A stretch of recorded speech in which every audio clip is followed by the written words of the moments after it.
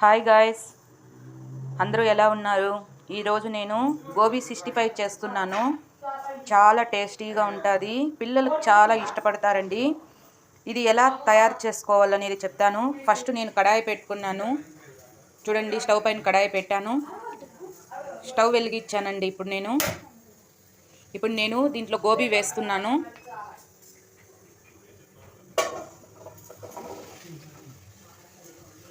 గోబీ వేసుకున్నానండి. ఇది 5 మినిట్స్ ఉడకబెట్టుకుంటున్నాను వేడి నీళ్ళల్లో.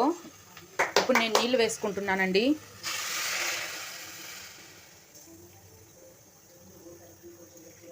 వాటర్ వేసుకున్నాను. నెక్స్ట్ నేను గోబీకి సరిపడినంత కొద్ది ఉప్పు వేసుకుంటానండి. నేను ఇప్పుడు ఒక 1/2 టేబుల్ స్పూన్ ఉప్పు వేస్తున్నాను. 5 మినిట్స్ బాయిల్ చేసుకుందామండి గోబీని చూద్దామండి. 5 మినిట్స్ ఇలా అయ్యింది కదా. నెక్స్ట్ మనము వేరే పాత్రలోకి తీసుకుందాం గోబీని. నెక్స్ట్ దీన్ని తీసుకుంటున్నానండి. ఇప్పుడు మనం గోబీని ఇలా తీసుకోవాలండి. నేను దీంట్లో వేసుకుంటున్నాను. ఇప్పుడు మనము గోబీలో తయారీ విధానం చూద్దామండి. ఏమేమి వేసుకోవాలి. 1 టేబుల్ స్పూన్ నేను అల్లం వేస్తున్నాను. అల్లం పేస్ట్ అండి అది. నెక్స్ట్ పసుపు వేసుకుంటున్నాను.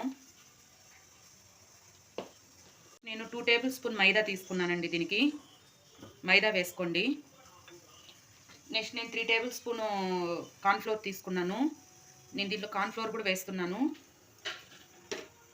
1 టేబుల్ స్పూను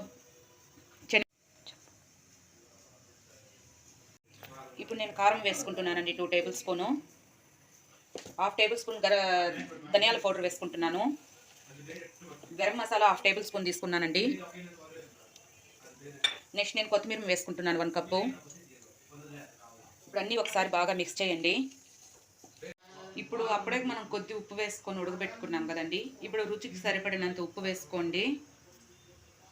నెక్స్ట్ నేను కలర్ తీసుకుంటున్నానండి. ఫుడ్ కలరు కొద్దిగా తీసుకుంటున్నాను నేను. ఇప్పుడు బాగా మిక్స్ చేయండి. ఇప్పుడు ఇలా కలిపాం కదండి.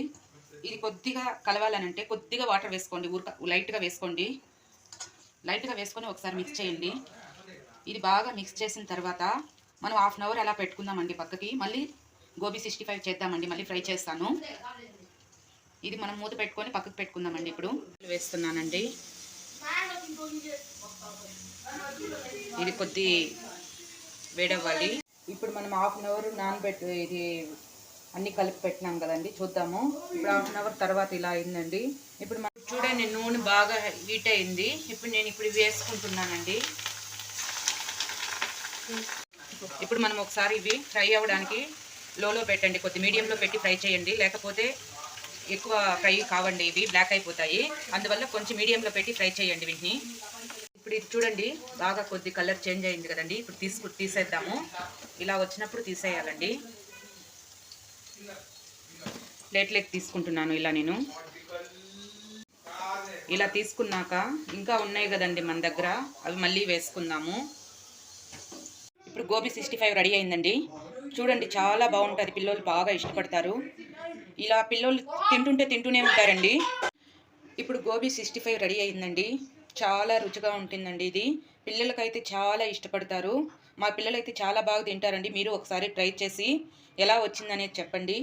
లైక్ చేయండి, షేర్ చేయండి.